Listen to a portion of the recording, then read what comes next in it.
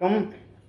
இந்த வீடியோவில் என்ன பார்க்க போகிறோம் அப்படின்னு பார்த்தீங்கன்னா, குரூப் 4 2024 நடந்த குரூப் 4 கொஸ்டினில் ஜிஎஸ்சில் பார்த்தீங்கன்னா கரண்ட் அஃபேர்ஸு பற்றி தான் பார்க்க போகிறோம். ஒரு கரண்ட் அஃபேர்ஸ் பார்த்தீங்கன்னா ஒரு 10லேருந்து 13 கொஸ்டினும் ப்ளஸ் டேஸ், அதாவது தினங்கள் சார்ந்து ஒரு 3 கேள்வியும் இருக்குது. ஸோ அதை மட்டும் ஒரு கிளான்ஸ் பார்த்துடலாம் வாங்க. ஃபஸ்ட்டு கொஸ்டின் பார்த்தீங்கன்னா,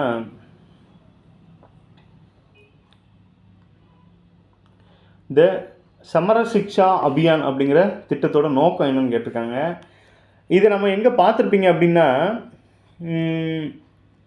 இப்போ அந்த மும்மொழி கொள்கை பிரச்சனை ஓடிட்டுருக்கு.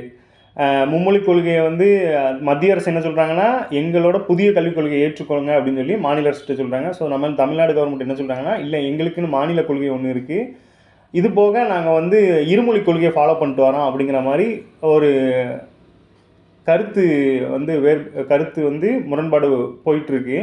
இந்த நிலைமையில் அந்த நியூஸை வந்து ஒரு வாரமாக படிக்கும்போது பார்த்திங்கன்னா, இதில் புதிய கல்விக் கொள்கை 2020, அப்புறம் வந்து இந்த சமர சிக்ஷா அபியான், அப்புறம் வந்து பிஎம்சி பள்ளிகள், ஸோ இது மாதிரி கல்வி சார்ந்த திட்டங்கள் வந்து அடிக்கடி உள்ளே வந்துக்கிட்டே இருக்கிறதுனால இது பாருங்கள், இப்போ சமீபத்தில் இது போயிட்டுருக்கு. ஆனால் போன கொஸ்டினில் 2024 அந்த கொஸ்டினை எடுத்திருக்காங்க அப்படிங்கிறத இதன் மூலமாக தெரிஞ்சுக்கலாம். ஸோ நான் அதனால தான் அந்த நியூஸை வந்து வாசிக்கும் போது அதில் இயரோட சேர்த்து சொல்லிட்டு இருந்தேன். சில விஷயங்களில் வந்து அந்த வட இந்திய பேர்களில் இருக்கும்போது அதையும் டிரான்ஸ்லேட் பண்ணி சொன்னேன். ஸோ இதுதான் அதுக்கு எடுத்துக்காட்டு. ஸோ நம்ம எது முக்கியம் இல்லை அப்படிங்கிறத விட சமீபத்தில் போயிட்டுருக்க இஷ்யூஸை வச்சியும் கொஸ்டின் கேட்குறாங்க அப்படிங்கிறதுக்கு தான் இது எக்ஸாம்பிள். ஸோ இந்த சமர சிக்ஷா அபியான் வந்து கல்வி சார்ந்த திட்டம். இதோட ஆன்சர் பாருங்கள், பொது கல்வியில் தொழிற்கல்வி இணைப்பது அப்படிங்கிற மாதிரி கொடுத்துருக்காங்க. அடுத்த கொஸ்டின் பாருங்கள், who is the author of book வந்து அம்பேத்கர் எ லைஃப் அப்படிங்கிறது. அம்பேத்கர் ஒரு வாழ்க்கை என்னும் புத்தகத்தை எழுதியவர் யார் அப்படின்னு கேட்டிருக்காங்க. ஆன்சர் வந்து சசி தரூர். இதை பாருங்கள், இன்னைக்கு செய்தியில் வந்து இவரை பற்றி கொடுத்துருக்காங்க. அதாவது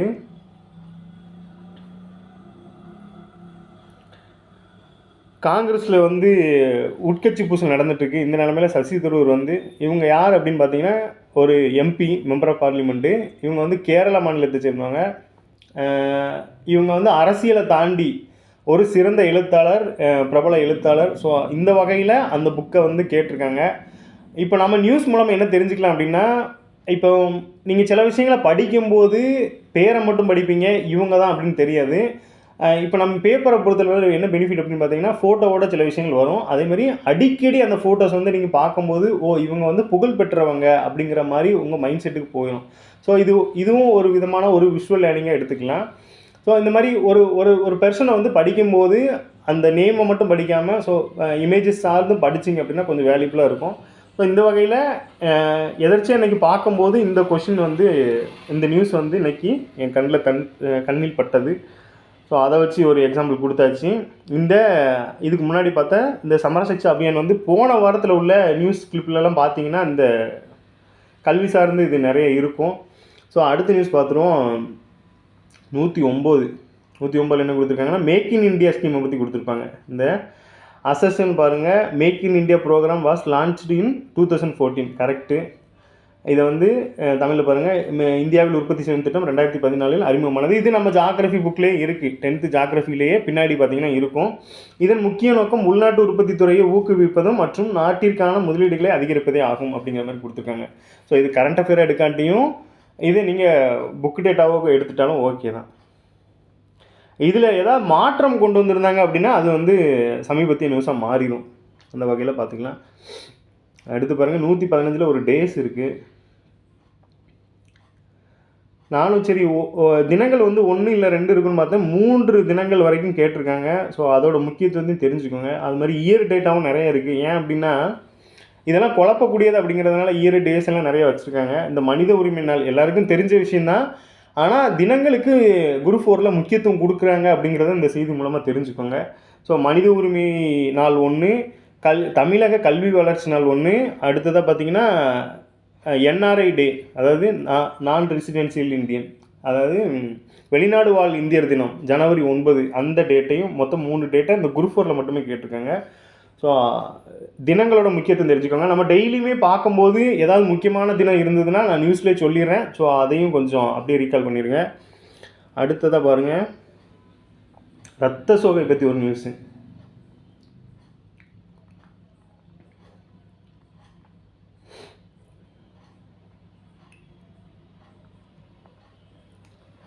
இந்த செய்தியில் என்ன சொல்ல வராங்க அப்படின்னு பாருங்கள். தமிழ்நாட்டில் ரத்த சோகை முக்த் பாரத் திட்டம் எந்த ஆண்டு தொடங்கப்பட்டதுன்னு கேட்டிருக்காங்க. 2018.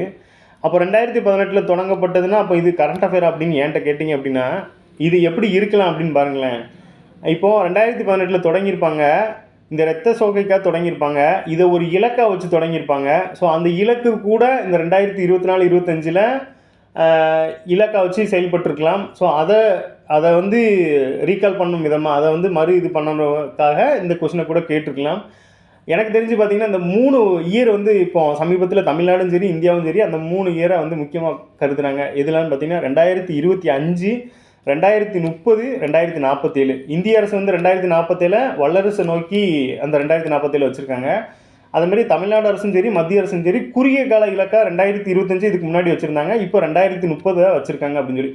இப்போ இந்த மாதிரி பார்க்கும்போது என்ன பண்ணணும் அப்படின்னா ஒரு ஒரு ஒரு கொஸ்டின் கேட்டு ஒரு 3 விதமான வருடங்கள் இருக்குது அப்படின்னா அப்போது இலக்கு அப்படின்னு பார்த்தீங்க அப்படின்னா இந்த 2030 மோஸ்ட் ஆஃப் த பாசிபிலிட்டி இருக்க வாய்ப்பு இருக்குது. ஸோ அது இந்த மாதிரி கொஸ்டின்லேருந்து தெரிஞ்சுக்கலாம்.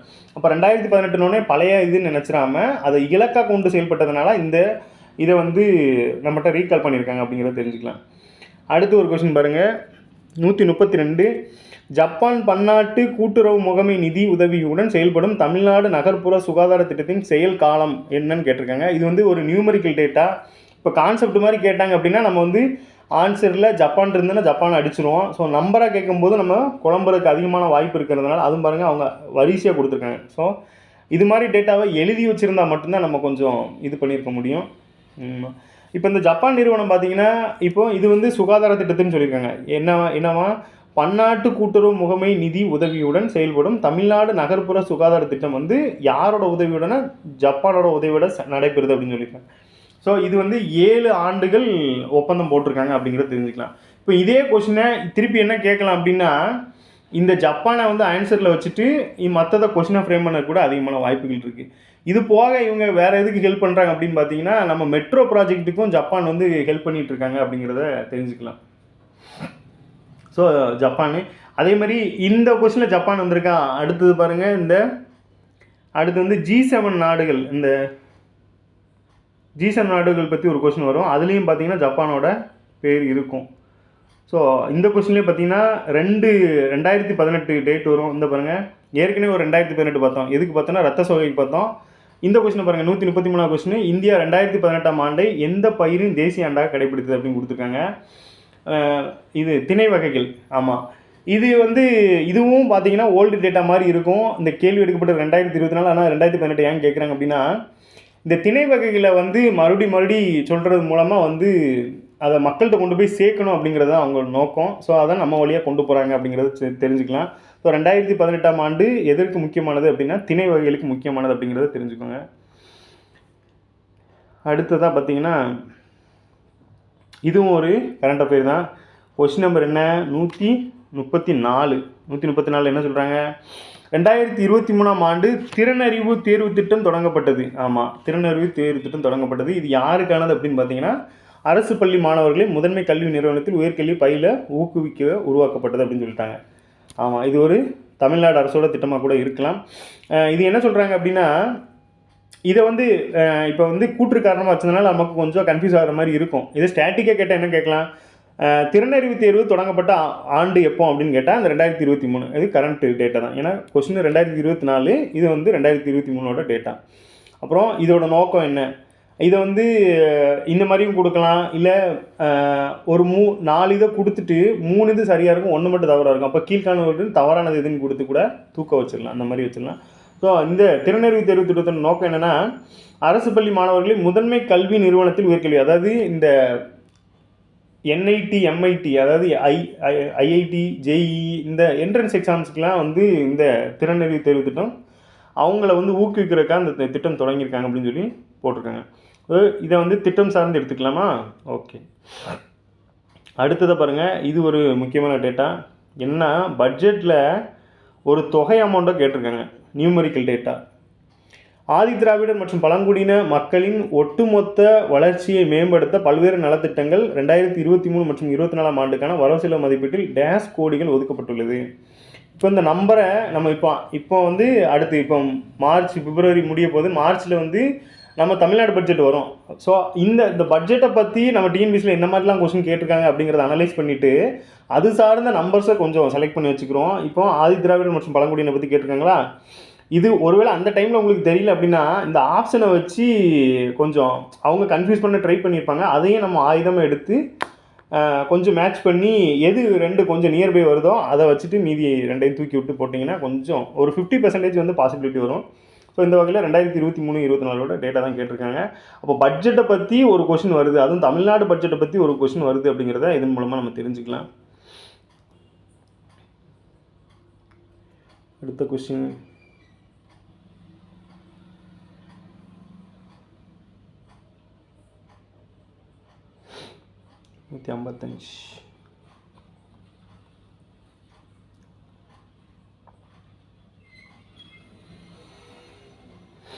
இந்த G7 ஏற்கனவே ஜப்பானை பற்றி ஒன்று பார்த்தோமா. ஜப்பான் வந்து நமக்கு இந்த நகர்ப்புற இதுக்கு வந்து சுகாதாரத்துக்கு வந்து உதவிட்டுருக்காங்க, அப்புறம் மெட்ரோவுக்கு உதவிட்டுருக்காங்களா.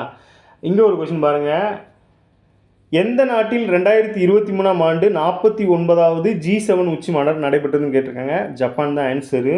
அப்போது இந்த G7 G20 இப்போ இந்த மாநாடை வச்சு பார்க்கும்போது தான் இப்போ சமீபத்தில் நம்ம பார்த்தோமே செயற்கை நுண்ணறிவு மாநாடு எங்கே நடந்துச்சுன்னா ஃப்ரான்ஸில் நடக்குது. அப்போ 2025ஆம் ஆண்டுக்கான செயற்கை நுண்ணறிவு மாநாடு. இந்த மாநாட்டில் முக்கியமான விஷயம் என்னென்னா அந்த ஃப்ரான்ஸ் அதிபரோடு சேர்ந்து இந்திய பிரதமரும் வந்து அதுக்கு தலைமையேற்றிருக்காங்க அப்படிங்கிறதும்.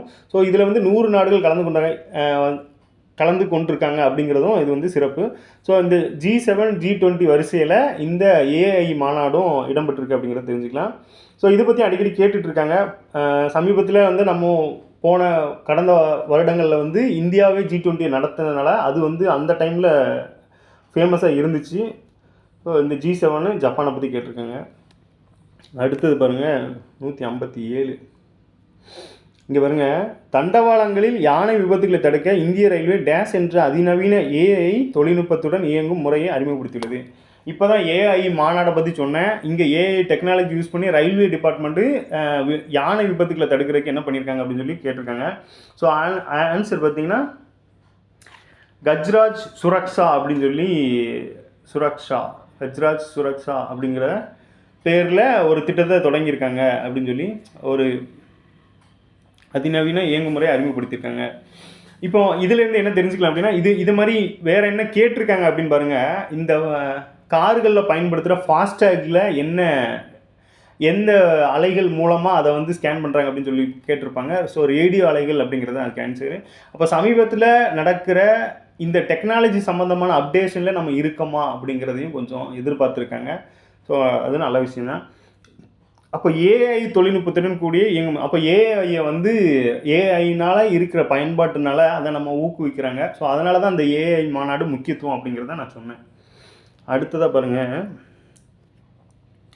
185.